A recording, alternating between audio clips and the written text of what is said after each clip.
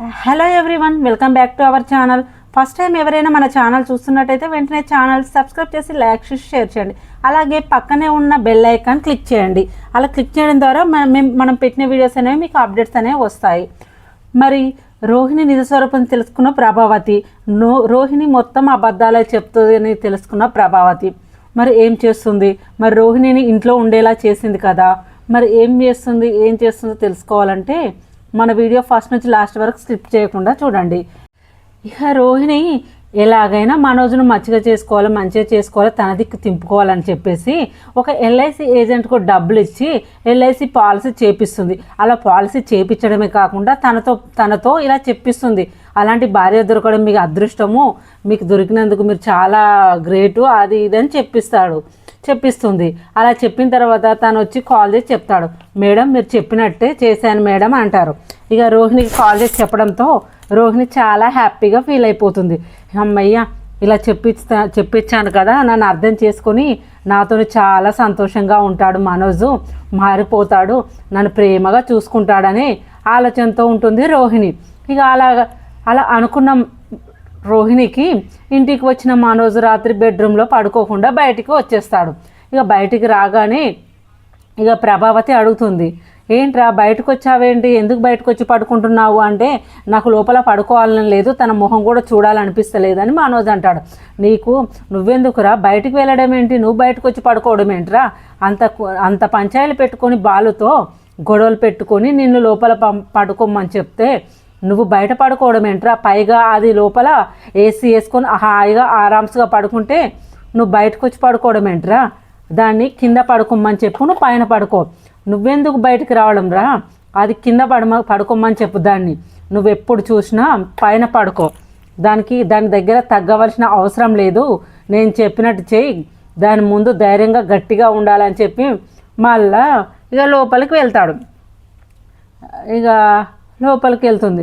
ఇక అలా వెళ్ళగానే ఇక మీనా ఇలా అడుగుతుంది, అసలు ఏం చేస్తుంది అత్తయ్య, అసలు ఏం జరుగుతుంది అని అడిగితే, మా అమ్మ రోహిణిని మనోజ్ను కలవనీయకుండా చేస్తుంది, తను చేసిన మోసానికి ఇలా చేస్తుంది అమ్మ, తనకు ఉండు కూడా అస్సలు నచ్చడం లేదంటే ఇక మీనా అంటుంది, అలా చేయడం తప్పు కదండి, అలా చేయడం ఏంటండి అని మీనా అంటుంది. ఇక నీతుకి రవికి రెస్టారెంట్లో గొడవ అవుతుంది, చిన్న ఇష్యూ అవుతుంది. అలా గొడవ అవ్వడంతో ఇక రవి చాలా కోపంగా సైలెంట్గా రెస్టారెంట్ నుంచి వెళ్ళిపోతారు. ఇక ఈవినింగ్ అయిన తర్వాత శృతి వచ్చి రవి అని పిలుస్తుంది. రవి లేడండి వెళ్ళిపోయాడు అంటే, ఏంటి ఇంత త్వరగా వెళ్ళిపోయాడు అంటే, అవును ఇలా జరిగింది, ఇలా గొడవ అయింది, అందుకే వెళ్ళిపోయాడు రెస్టారెంట్ నుంచి అని అంటుంది. అంటే ఏంటి రవి అంత కోపం వచ్చి వెళ్ళిపోయాడా, అవునా అని అంటాడు. మరి ఎక్కడ వెళ్ళిపోయాడు అంటే, తెలియదండి వెళ్ళిపోయాడు, ఎక్కడికి వెళ్ళాడేమో తెలియదు అంటారు. ఇక అలా వెళ్ళిపోయిన రవికి శృతి కాల్ చేస్తుంది, ఎన్నిసార్లు కాల్ చేసినా లిఫ్ట్ చేయడు. ఇక రవి మొబైల్ సైలెంట్లో పెట్టి సప్పుడేక ప్రశాంతంగా పడుకుంటాడు. ఇక గొడవ జరిగింది ఇదంతా అనుకో, ఇక సప్పుడేగా పడుకుంటాడు, ఎక్కడికి వెళ్ళే అలవాటు లేదు కాబట్టి. నీతుకు రవి గొడవ కాగానే మొబైల్ సైలెంట్లో పెట్టి పడుకుంటాడు. ఇక శృతి ఎన్నిసార్లు మొబైల్ పెట్టినా కూడా, ఎన్నిసార్లు ఫోన్ చేసినా రవి మాత్రం ఫోన్ అయితే ఎత్తడు. ఇక ఇంటికే వెళ్ళుంటాడేమో అని చెప్పి శృతి అనుకొని ఇంటికి స్టార్ట్ అయ్యి వచ్చేస్తుంది. ఇక అప్పుడు మీనా అనుకుంటా వస్తుంది. అంటే ఏమైంది శృతి అనగానే, రవి వచ్చాడా అనగా, వచ్చాడు మధ్యాహ్నం అనగానే వచ్చి గదిలోకి వెళ్ళి పడుకున్నాడు, అంటే ఫోను లిఫ్ట్ చేయడం లేదు, అందుకే వచ్చాను, ఎన్నిసార్లు చేసినా కూడా ఫోన్ అస్సలు లిఫ్ట్ చేయడం లేదు. అంటే ఏమైంది మధ్యాహ్నం వచ్చింది అనగానే, చాలా గొడవ అయిందంట, నీతకు రవికి చాలా పెద్ద గొడవ అయిందంట, కోపం మీద ఇంటికి వచ్చేసాడు, అలా గొడవ అయిందంటే రవి మనసును బాధ పెట్టే విషయమే అయి ఉంటుంది.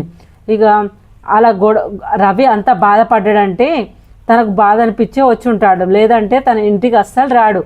సరే పద ఏం చేస్తుండో చూద్దాం అనేసరికి ఇంకా వచ్చి చూసేసరికి రవి పడుకొని ఉంటాడు. ఇక అలా పడుకున్న రవిని, ఏంటి మధ్యాహ్నం నుంచి పడుకొనే ఉన్నాడంటే, మధ్యాహ్నం నుంచి పడుకొనే ఉన్నాడు, మరి లేచి ఏమైనా తింటావా రవి అని అడిగితే, లేదని అని సపరేట్గా అలానే పడుకుంటాడు. ఇక అలా పడుకుంటాడని నేను అసలు డిస్టర్బ్ చేయలేదు అంటుంది. కానీ ఇలా గొడవ పెట్టుకొని వచ్చి మొబైల్ సైలెంట్లో పెట్టుకొని పడుకుంటాడని నేను కూడా అనుకోలేదు అని అంటుంది మీనా.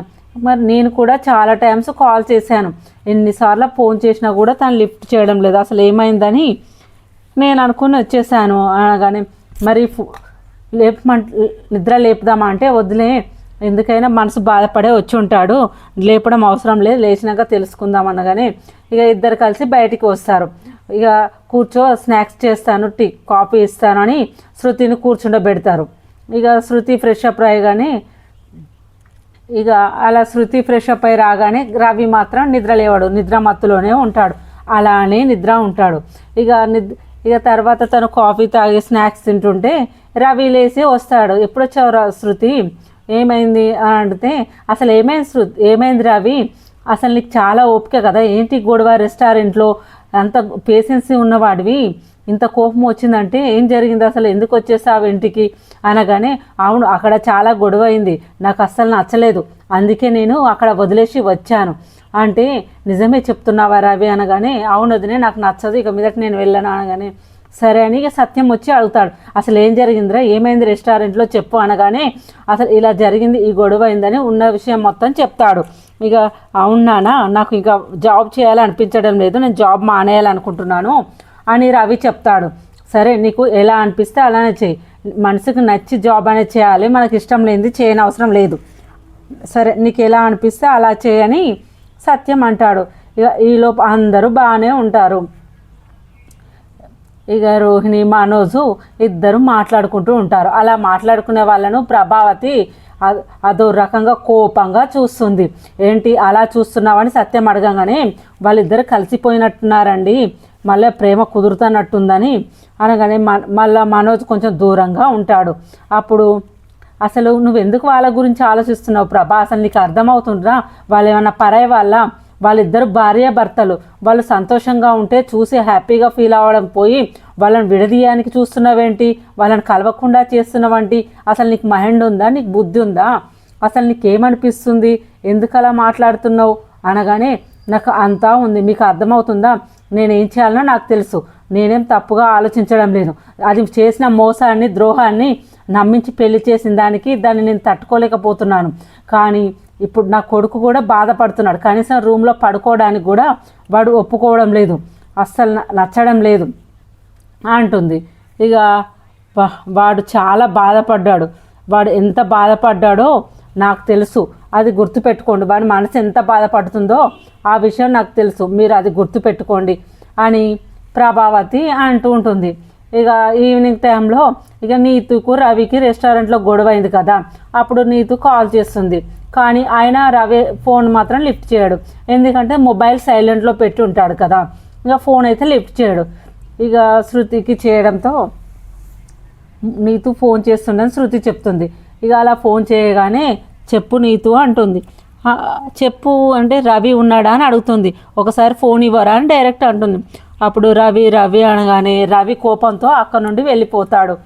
అనగానే ఏంటి నీతు ఏం మాట్లాడినావు, అంతలా అనడం అవసరమా, రవికి చాలా కోపం వచ్చింది, రవికి మామూలుగా మాత్రం కోపం రాదు, అంత బాధపడి ఉంటాడు, చాలా బాధపడి వచ్చి ఉంటాడు కదా, ఏదో కోపంలో అలా వచ్చింది, అసలు నేను కావాలని అనలేదు, నేను కావాలని చేయలేదు, నాదే మిస్టేకు, సరే నేను ఇంటికి వచ్చి నేను తనకు వచ్చి క్షమించమని అడుగుతాను, నేనే మాట్లాడతాను వచ్చి అంటే లేదు నువ్వు వచ్చి చెప్పినా కూడా రవి వినే పరిస్థితిలో మాత్రం ఇప్పుడు లేడు, నువ్వు నాకు లొకేషన్ పెట్టు, నేను వచ్చి మాట్లాడతాను రవితో అంటుంది.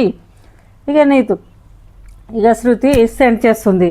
ఇక నీతు ఇంటికి బయలుదేరుతుంది. ఇక అందరూ హాల్లో ఉండగానే అందరూ ఒకే దగ్గర ఉన్నప్పుడు నీతు ఇంటికి వచ్చేస్తుంది రవి గురించి. అప్పుడు రాగానే హలో రవి అని చెప్తాడు. ఆ నీతుని చూడగానే చాలా కోపంతో అక్కడి నుంచి లేచి వెళ్ళిపోతాడు. నన్ను క్షమించు రవి, నేనున్న కోపంలో ఏదో రకంగా నాకేం అర్థం కాలేదు, నేను మాట్లాడవలసి వచ్చింది, దయచేసి నువ్వు అలా బాధపడతావని నేను అనుకోలేదు, నన్ను క్షమించు రవి, నువ్వు ఎప్పుడు చూసినా చాలా ఓపికగా ఉంటావు, నేను అలా అనడం నా తప్పే, నన్ను క్షమించు రవి అని అంటుంది. అనగానే ఇక ప్రభావతి అంటది, ఎవరా మనవు, ఎవరు అసలు, ఎందుకు మా రవితో మాట్లాడుతున్నావు, ఎందుకు మా రవిని క్షమించమని అడుగుతున్నావు అనగానే ఆమె తను వాళ్ళ రెస్టారెంట్లో అమ్మాయి, తను ఓనరు, రవిని ఫ్రెండ్గా అనుకుంటున్నది. అనగానే ఓ అవునా, నీకు పెళ్ళయిందా అమ్మా అని అడుగుతుంది ప్రభావతి. ఇక నాకు కాలేదండి అంటుంది. ఇక మనోజ్ సైడ్ చూస్తూ ఉంటుంది. ఇక అప్పుడు మనోజ్ సైడు నీతు సైడు ఇద్దరు సైడు చూస్తుంది. ఎందుకు ఎందుకు చూస్తుందంటే ఇక నీతుకు మనోజ్కు పెళ్లి చేస్తే రోహిణిని ఎల్లగొట్టొచ్చు, తను ఒక్కగానొక కూతురు కాబట్టి ఉన్నంతా ప్రభావతికి రావచ్చు, ఇక మనోజ్కి వస్తే చాలా హ్యాపీగా ఉండొచ్చు, మనోజ్ చాలా సంతోషంగా ఉంటాడు, మళ్ళీ పైగా ఉన్న అమ్మాయి రెస్టారెంట్లు కూడా ఉన్నాయి, చాలా కరోడ్పతి కదా, అప్పుడు నా కొడుకు ఇచ్చి పెళ్లి చేస్తే నా కొడుకు చాలా సంతోషంగా ఉంటాడు, ఈ రాక్షసి గొడవ పోతుంది, ఇక నీతికు మనోజ్కు పెళ్ళి జరగాలి అని తను అలా ఆలోచిస్తూ ఉంటుంది. ఇక ప్రభావతి పెళ్ళి చేసినట్టుగా ఇక పెద్ద కోడలుగా ఇంటి నిండా బంగారం ఉన్నట్టు ఎంతో హ్యాపీగా చాలా ఆలోచించుకుంటూ ఉంటుంది. ఇక మా ప్రభావతి అలా ఊహించుకుంటుంది. ఇక అలా తన ఊహల్లో తను మురిసిపోతూ ఉంటుంది. ఇక ఆమె మెడలో ఉన్న బంగారం, గోల్డ్, తన రిచ్, తన రెస్టారెంటు అన్నీ చూసి ఇక చాలా సంతోషంగా ఫీల్ అవుతూ ఉంటుంది. ఇక అంతలోనే రోహిణి ఏడుస్తున్నట్టు, నెత్తి కొట్టుకున్నట్టు, ఇక మీనా బాలు ఇద్దరు కూడా చాలా హ్యాపీగా ఉన్నట్టు అని ఆలోచిస్తూ ఉంటుంది. ఇక ప్రభావతి అలానే ఆలోచిస్తూ ఉంటుంది. ఎందుకంటే తన కొడుకు సంతోషంగా ఉండాలి. ఇప్పుడు రోహిణి వల్ల పడ్డ బాధ చాలు, ఇకనైనా రోహిణి బాధ వెళ్ళిపోయి వీళ్ళిద్దరే హ్యాపీగా ఉంటే చాలు, ఇక తనని ఇచ్చి పెళ్లి చేయాలి, రోహిణిని ఇంట్లో నుంచి వెళ్ళగొట్టినట్టు ఇక రోహిణి మన జీవితం నుంచి వెళ్ళగొట్టాలి, విడాకులు ఇచ్చేయాలి అని ఇక చాలా సంతోషంగా ఆలోచిస్తూ ఉంటుంది. ఇక అలా ఆలోచిస్తూ ఉండగానే అప్పుడు ఉమా అడుగుతాడు, ఏమైంది ప్రభా, ఏమైంది అంటే, వీళ్ళిద్దరు ఇప్పుడు పెళ్ళి అయింది కదండి, ఇప్పుడు దరిద్రంది ఇంట్లో నుంచి వెళ్ళిపోతుంది, నా కొడుకు కోడలు చాలా సంతోషంగా ఉంటారు, ఈ రోహిణి చేసిన మోసానికి దానికి విడాకులు కూడా వచ్చాయి, దాని ఇంట్లోకి వెళ్ళగొట్టాలి అని అంటుంది. కానీ ఇదంతా నిజం అనేది కాదు, తను ఏదో ఊహల్లో ఉంటుంది. అప్పుడు అందరూ షాక్ అయ్యి ఒకసారి ప్రభావిని పిలుస్తారు. అమ్మ అమ్మ అని పిలవడంతో ప్రభావతి ఉలిక్కి పడుతుంది ఒక్కసారి. ఇక ఆ నీతి గురించి ఆలోచిస్తూ ఉంటుంది. ఇక ఫ్రెండ్స్, నెక్స్ట్ ఎపిసోడ్లో ఏం జరుగుతుందో తెలుసుకోవాలంటే మరి నీతును ప్రభావతి అడుగుతుందా మనోజ్ని పెళ్లి చేసుకోమని, మరి ఏం జరుగుతుందో తెలుసుకోవాలంటే మన ఛానల్ సబ్స్క్రైబ్ చేసి లైక్ చేసి షేర్ చేయండి. అలాగే మరి రోహిణి మనోజ్ని దక్కించుకుంటుందా, తను వేసే ప్లాన్లు సెట్ అయితే మనోజ్ మారుతాడా, ఏం మరి తెలుసుకోవాలనుకుంటే మన ఛానల్ సబ్స్క్రైబ్ చేసి లైక్ చేసి షేర్ చేయండి. అలాగే పక్కనే ఉన్న బెల్ ఐకాన్ క్లిక్ చేయండి. Thank you for watching our videos friends.